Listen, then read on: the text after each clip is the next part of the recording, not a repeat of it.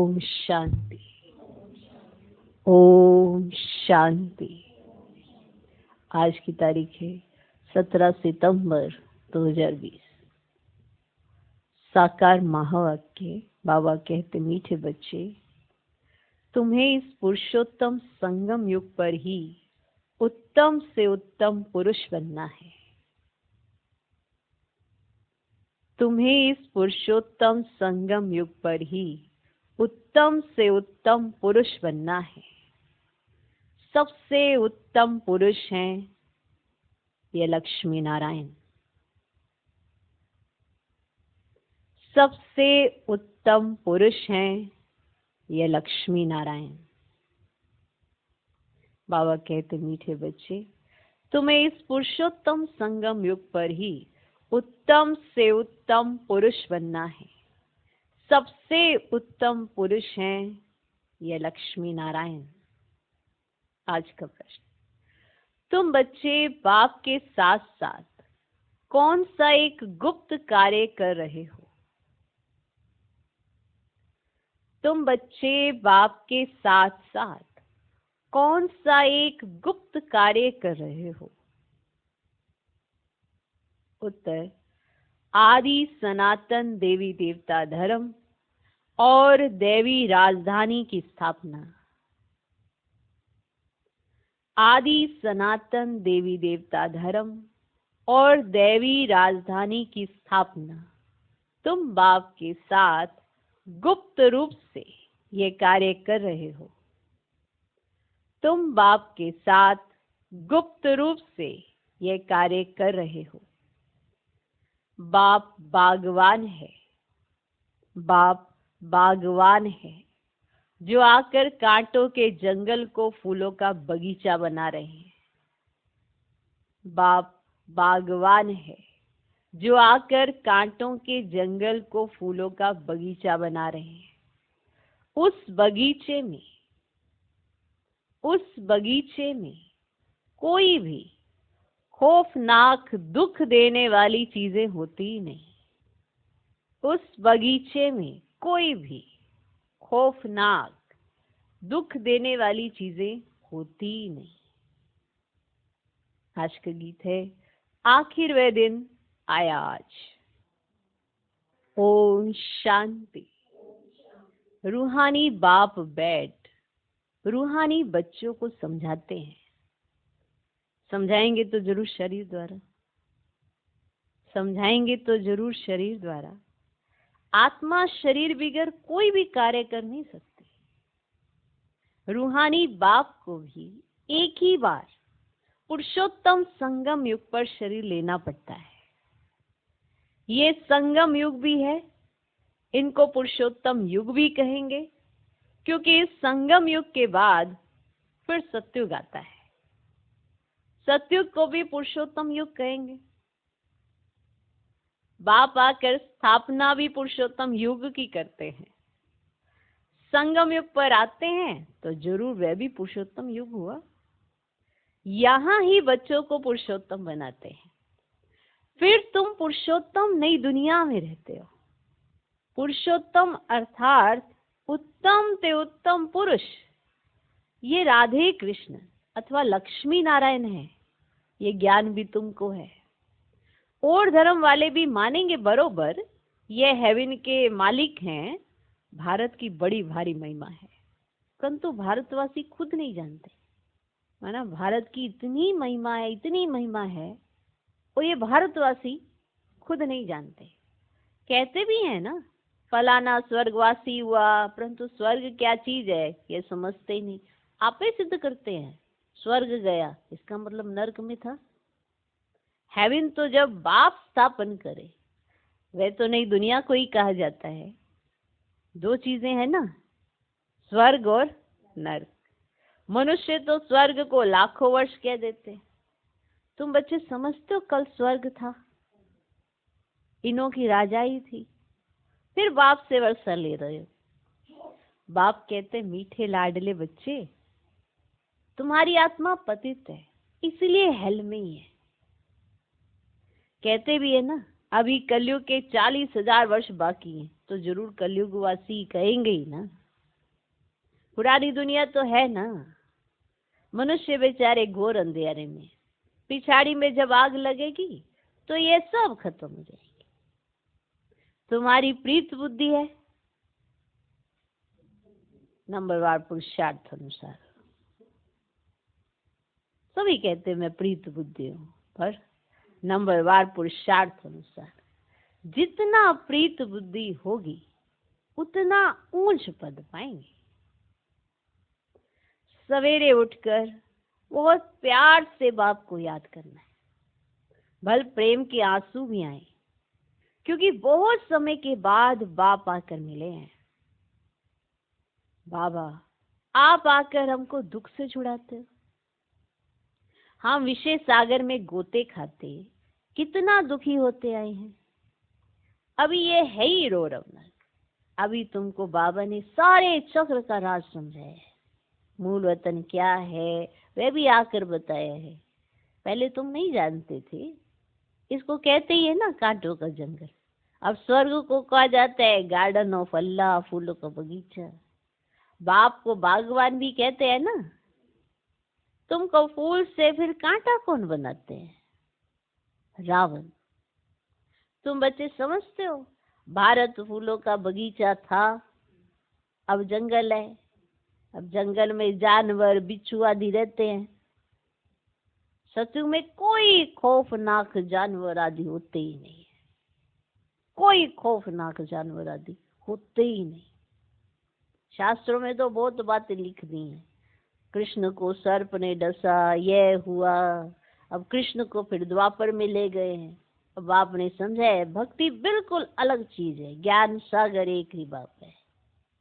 ऐसे नहीं कि ब्रह्मा विष्णु शंकर ज्ञान के सागर है, नहीं। पतित पावन एक ही ज्ञान सागर को कहेंगे। ज्ञान से ही मनुष्य की सदगति होती है। अब सदगति के स्थान है दो, मुक्तिधाम और जीवन मुक्तिधाम। अभी तुम बच्चे जानते हो ये राजधानी स्थापन हो रही है, परंतु गुप्त। बाप या कर आदि सनातन देवी देवता धर्म की स्थापना करते हैं तो सब अपने अपने मनुष्य चोले में आते हैं। बाप को अपना चोला तो है नहीं, इसीलिए इनको निराकार गॉड फादर कहा जाता है। और बाकी सब है साकारी, सबके पास अपने अपने शरीर है। इनको कहा जाता है इनकॉर्पोरियल गॉड फादर, इनकॉर्पोरियल आत्माओं का। तुम आत्माएं भी वहां रहती हो, बाप भी वहां रहते हैं, कहाँ? परंतु है गुप्त। बाप आकर आदि सनातन देवी देवता धर्म की स्थापना करते हैं। मूल वतन में कोई दुख की बात नहीं है, वो तो आत्मा शरीर है ही नहीं, तो अनुभूति जैसी ऐसी कोई चीज ही नहीं है, ना सुख की, ना दुख की, ना शांति की। मूल वतन में कोई दुख नहीं। बाप कहते तुम्हारा कल्याण है ही एक बात में, बाप को याद करो, मन मना भव। बस बाप का बच्चा बना, बच्चे को वर्षा अंडरस्टूड है, अल्फ को याद किया तो वर्षा जरूर है सत्युगी नई दुनिया का। इस पतित दुनिया का विनाश भी जरूर होना ही है, अमरपुरी में जाना ही है। अमरनाथ तुम पार्वतियों को अमर कथा सुना रहे हैं। अब तीर्थों पर कितने मनुष्य जाते हैं, अमरनाथ पर कितने जाते हैं ना, वहां है कुछ भी नहीं, सब है ठगी, सच की रत्ती भी नहीं, सच की रत्ती भी नहीं। अब गाया भी जाता है ना, झूठी काया झूठी माया, इसका भी अर्थ होना चाहिए। झूठी काया झूठी माया, इसका भी अर्थ होना चाहिए। यहाँ है ही झूठ। अब यह भी ज्ञान की बात है। ऐसे नहीं कि गिलास को गिलास कहना झूठ है, अभी गिलास है, अब इसको गिलास कहना झूठ है, ऐसे नहीं। ये भी अर्थ समझना है कि झूठी माया, झूठी काया, झूठा सब संसार, माना किस तरह से हर चीज में हमने अपनी एक अलग सी दुनिया बना दी है। दिमाग में क्या चलता है उसी को सत्य मानते चले गए। जो सत्य है वो छिपता चला गया और झूठ आगे आता चला गया। इसीलिए कहा झूठी माया, झूठी काया, झूठा सब संसार। ये थोड़ा कि गिलास को गिलास कहना झूठ है। सच छिपाने के लिए झूठ इतना आ गया कि सच रहा ही नहीं। झूठ का इतना प्रभाव है, इतना प्रभाव है कि बात मत पूछो। तो सच समझ में ही नहीं आता। तो ऐसे नहीं कि गिलास को गिलास कहना झूठ है। देखो कितनी वंडरफुल बात बाबा समझाते हैं कि ऐसे नहीं कि तुम कहो ये डब्बी झूठ है, ये ऐसे ये झूठ है, ऐसे नहीं है। जो बात कही जाती है ना, उसके पीछे कोई तथ्य नहीं है, ना कोई तथ्य ना सत्य, वो झूठ है। जिसको सच मान के बैठे वो झूठ है। ये नहीं कि ये सारे ये टेबल है, ये कुर्सी है, ये सब झूठ है। वंडरफुल बाबा। तो बाकी बाप के बारे में जो कुछ बोलते हैं वह झूठ बोलते हैं, ये झूठ है।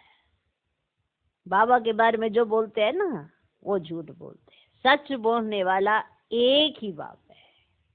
बाकी जो भी भगवान के बारे में जानता है वो झूठ ही जानता है, क्योंकि उसे सत्य पता ही नहीं। अब सत्य बताने वाला आए तो सत्य पता पड़े। अब सच बोलने वाला एक ही बाप है। अभी तुम जानते हो बाबा आकर सच्ची सच्ची सत्यनारायण की कथा सुनाते हैं। अब झूठे हीरे मोती भी होते हैं ना। आजकल झूठ का बहुत शो है। उनकी चमक ऐसी होती है, सच्चे से भी अच्छे। माना जो झूठ होता है ना, वो सच से भी अच्छा। ये झूठे पत्थर पहले नहीं थे, पिछाड़ी में विलायत से आए हैं झूठे पत्थर। अब झूठे सच्चे साथ मिला देते हैं, पता ही नहीं पड़ता है। फिर ऐसी चीजें भी निकली जिससे परखते हैं कि क्या झूठ क्या सच। फिर ऐसी चीजें भी निकली जिससे परखा जाता है कि सच क्या झूठ क्या। मोती भी ऐसे झूठे निकले जो जरा भी पता नहीं पड़ सकता। अभी तुम बच्चों को कोई संशय नहीं रहता, संशय वाले फिर आते ही नहीं। प्रदर्शनी में कितने ढेर आते हैं। बाप कहते अब बड़े बड़े दुकान निकालो, ये एक ही तुम्हारा सच्चा दुकान है, तुम सच्ची दुकान खोलते हो। बड़े बड़े सन्यासियों के बड़े बड़े दुकान होते हैं, जहाँ बड़े बड़े मनुष्य जाते हैं। तुम भी बड़े बड़े सेंटर खोलो, है ना। कितना बड़े बड़े, देखो बड़ा बाबा कैसे बड़े बड़े, तुम भी बड़े बड़े सेंटर खोलो। अब भक्ति मार्ग की सामग्री तो बिल्कुल अलग है। ऐसे भी नहीं कहेंगे कि भक्ति शुरू से चली आई है, नहीं। ज्ञान से होती है सदगति अर्थात दिन। वहां संपूर्ण निर्विकारी विश्व के मालिक थे। अब मनुष्यों को यह भी पता नहीं कि लक्ष्मी नारायण विश्व के मालिक थे। अब सूर्यवंशी और चंद्रवंशी और कोई धर्म होता ही नहीं। अब मनुष्यों को ये भी पता नहीं। अब बच्चों ने गीत भी सुना ना, तुम समझते हो आखिर वह दिन आया आज संगम का, जो हम आकर अपने बेअद के बाप से मिले। अब बेअद का वर्षा पाने के लिए पुरुषार्थ करते हैं। अब सत्युग में तो ऐसे नहीं कहेंगे ना कि आखिर वह दिन आया आज। वो लोग समझते हैं बहुत अनाज होगा, यह होगा। अब समझते स्वर्ग की स्थापना हम करते, वो ऐसा समझते हैं। अब समझते हैं स्टूडेंट का न्यू ब्लड है, ये बहुत मदद करेंगे, इसलिए गवर्नमेंट बहुत मेहनत करती है उन ऊपर। और फिर पत्थर भी वही मारते हैं, पत्थर भी फिर वही मारते हैं। हंगामा मचाने में पहले पहले स्टूडेंट ही आगे रहते हैं। वे बड़े होशियार होते हैं, उनका न्यू ब्लड कहते हैं ना। अब न्यू ब्लड की तो कोई बात ही नहीं है, वह है ब्लड कनेक्शन। अभी तुम्हारा ही है रूहानी कनेक्शन। अब कहते हैं ना बाबा हम आपका 2 मास का बच्चा हूँ, ऐसे कहते हैं बाबा। बाबा मैं आपका 2 मास का बच्चा हूँ। कई बच्चे रूहानी बर्थडे मनाते हैं। रूहानी बर्थडे माने जब वो बाबा के बनते हैं ना, तो वो वाला बर्थडे मनाना चाहिए। ईश्वरीय बर्थडे ही मनाना चाहिए। वह जिस्मानी बर्थडे कैंसिल कर देना चाहिए। वह जिस्मानी बर्थडे कैंसिल कर देना चाहिए। हम ब्राह्मणों को ही खिलाएंगे, है ना। हम किसको खिलाएंगे? हम ब्राह्मणों को ही खिलाएंगे। मनाना तो यह चाहिए ना, ब्राह्मणों के साथ खाना चाहिए, ब्राह्मणों के साथ मनाना चाहिए। हम ब्राह्मणों को ही खिलाएंगे, मनाना तो यह चाहिए ना। और वह है आसुरी जन्म, यह है ईश्वरीय जन्म। रात दिन का फर्क है। परंतु जब निश्चय में बैठे, ऐसे नहीं ईश्वरीय जन्म मनाकर फिर जाए आसुरी जन्म में पड़े। ऐसा भी होता है। ईश्वरीय जन्म मनाते मनाते फिर रफू चक्कर हो जाते हैं। ईश्वरीय जन्मदिन मनाते मनाते और फिर रफू चक्कर हो जाते हैं। क्या हो जाते हैं? रफू चक्कर। आजकल तो मैरिज डे भी मनाते हैं, शादी को जैसे कि अच्छा शुभ कार्य समझते हैं। जहन्नुम में जाने का दिन मनाते हैं, है ना? वो तो तुम्हारे जहन्नुम में जाने का दिन है ना, उसको मनाते हैं। मैरिज डे भी मनाते हैं। शादी को जैसे कि अच्छा शुभ कार्य समझते हैं, जहन्नुम में जाने का दिन मनाते हैं। वंडर है ना? बाप बैठ ये सब बातें समझाते हैं। अब तुमको तो ईश्वरीय बर्थडे ब्राह्मणों के साथ ही मनाना है। हम शिव बाबा के बच्चे हैं, हम बर्थडे मनाते हैं तो शिव बाबा की ही याद रहेगी। जो बच्चे निश्चय बुद्धि हैं उनको जन्मदिन मनाना चाहिए। कौन सा? ईश्वरीय बर्थडे। अब तुमको तो ईश्वरीय बर्थडे ब्राह्मणों के साथ ही मनाना है। हम शिव बाबा के बच्चे हैं, हम बर्थडे मनाते हैं तो शिव बाबा की ही याद रहेगी। जो बच्चे निश्चय बुद्धि हैं उनको जन्मदिन मनाना चाहिए।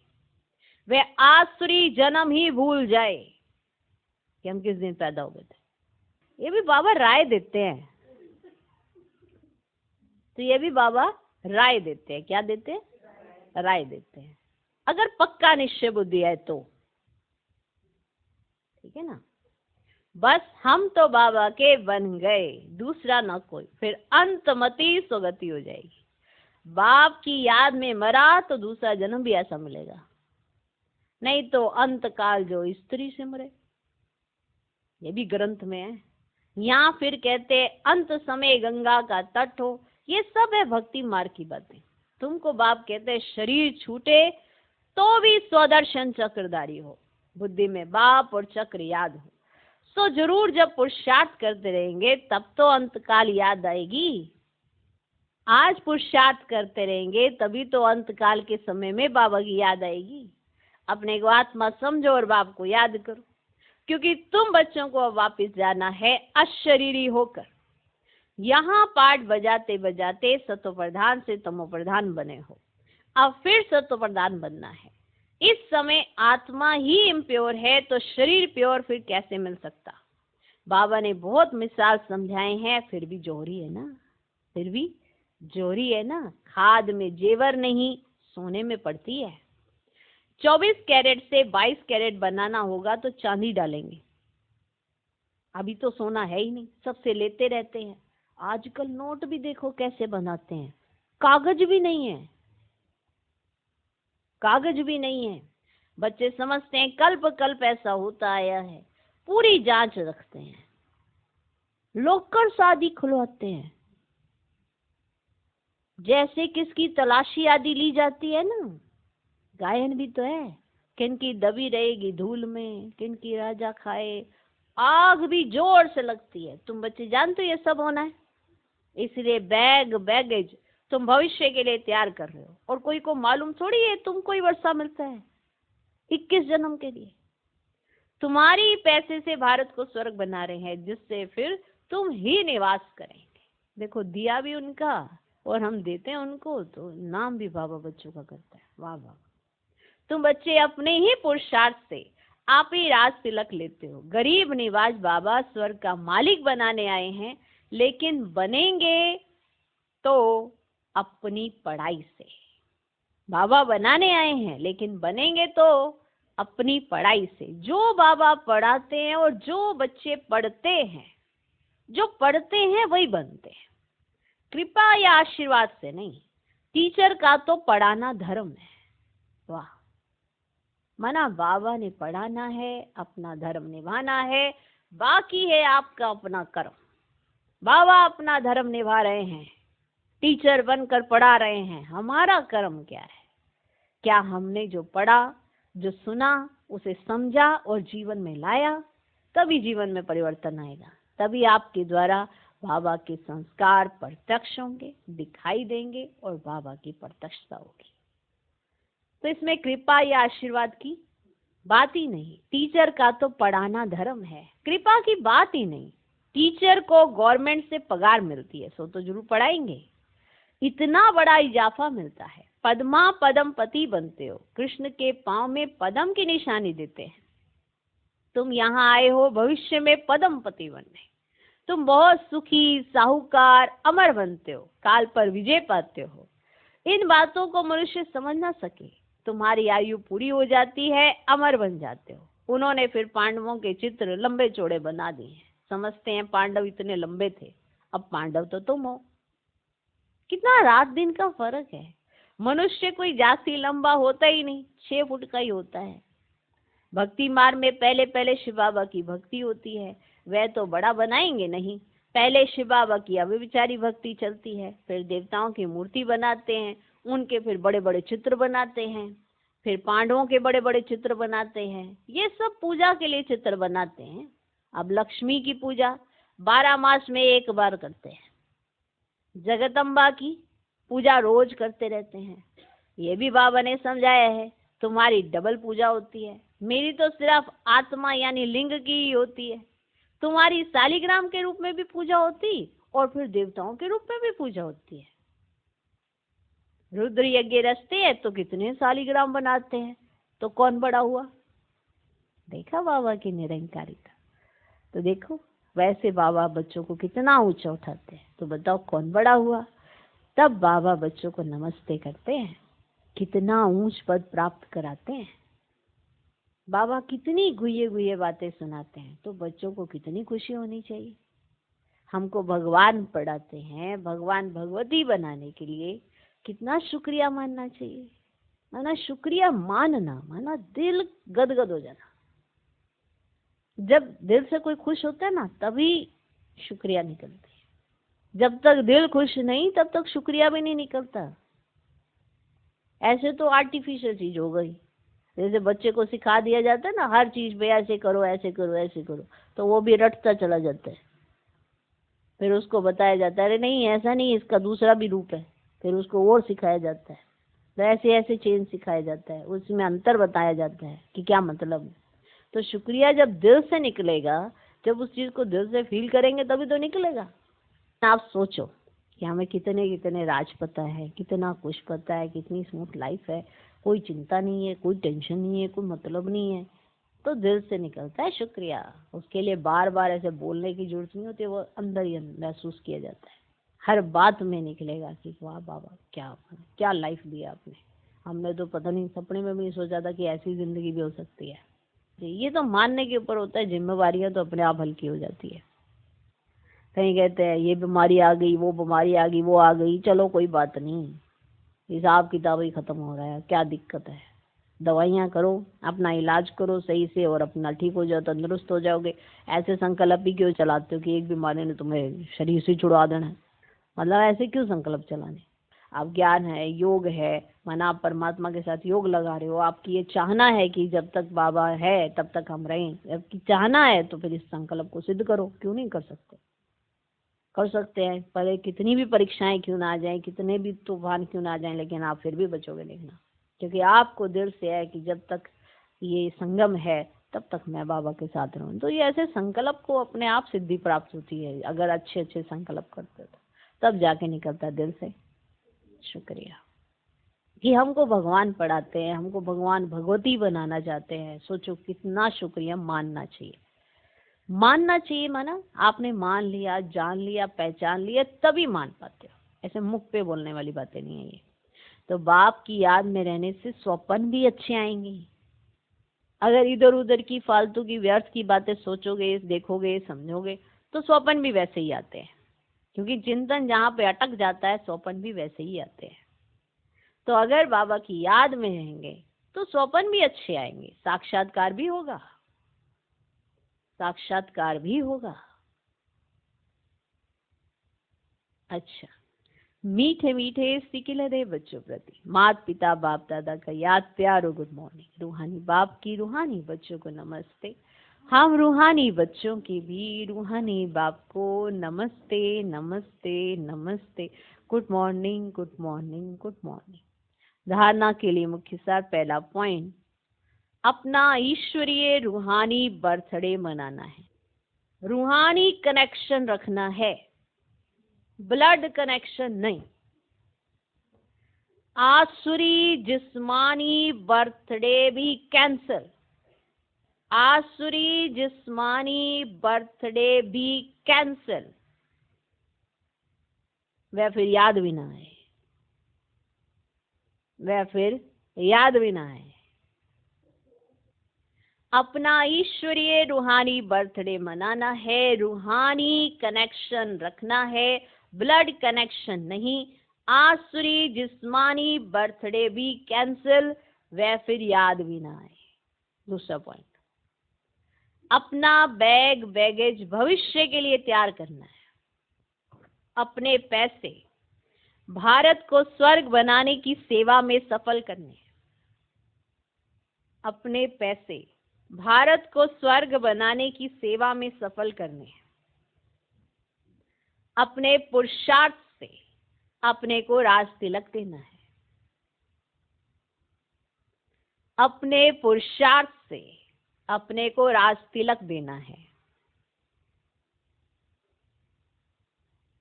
ठीक।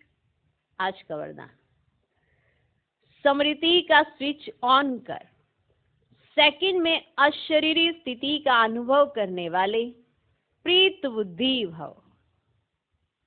स्मृति का स्विच ऑन कर सेकंड में अशरीरी स्थिति का अनुभव करने वाले प्रीत बुद्धि भव। स्मृति का स्विच ऑन कर सेकंड में अशरीरी स्थिति का अनुभव करने वाले प्रीत बुद्धि भव। जहां प्रभु प्रीत है वहां अशरीरी बनना एक सेकंड के खेल के समान है। वाह। जहां प्रभु प्रीत है वहां अशरीरी बनना एक सेकंड के खेल के समान है। जैसे स्विच ऑन करते ही अंधकार समाप्त हो जाता है, ऐसे प्रीत बुद्धि बन स्मृति का स्विच ऑन करो तो देह और देह की दुनिया की स्मृति का स्विच ऑफ हो जाएगा। तो देह और देह की दुनिया की स्मृति का स्विच ऑफ हो जाएगा। ये सेकंड का खेल है। मुख से बाबा कहने में भी टाइम लगता है, लेकिन स्मृति में लाने में टाइम नहीं लगता। अगर आप मुख से कहेंगे बाबा तो उसमें भी टाइम लगता है, लेकिन स्मृति में लाने में टाइम नहीं लगता। ये बाबा शब्द ही पुरानी दुनिया को भूलने का आत्मिक बम है। बम, ये बम फोड़ा माना पुरानी दुनिया खत्म तुम्हारी बुद्धि से। ठीक है, ये बाबा शब्द ही पुरानी दुनिया को भूलने का आत्मिक बम है। वाह, इतनी विशेष विशेष गुये गुये बातें होती हैं। तो आत्मिक बम, ये बाबा शब्द ही पुरानी दुनिया को भूलने का आत्मिक बम है। बाबा जैसे मुख से बोलते हैं ऐसे अंदर जाने बाबा। मैंने सारी दुनिया भूल गई, देह भी भूल गई, देदारी भी भूल गए, सब भूल गए, और याद रहा तो बाबा। आज का स्लोगन, देवभान की मिट्टी के बोझ से परे रहो, देवभान की मिट्टी के बोझ से परे रहो तो डबल लाइट फरिश्ता बन जाएंगी। देवभान की मिट्टी के बोझ से परे रहो तो डबल लाइट फरिश्ता बन जाएंगी। ओम शांति।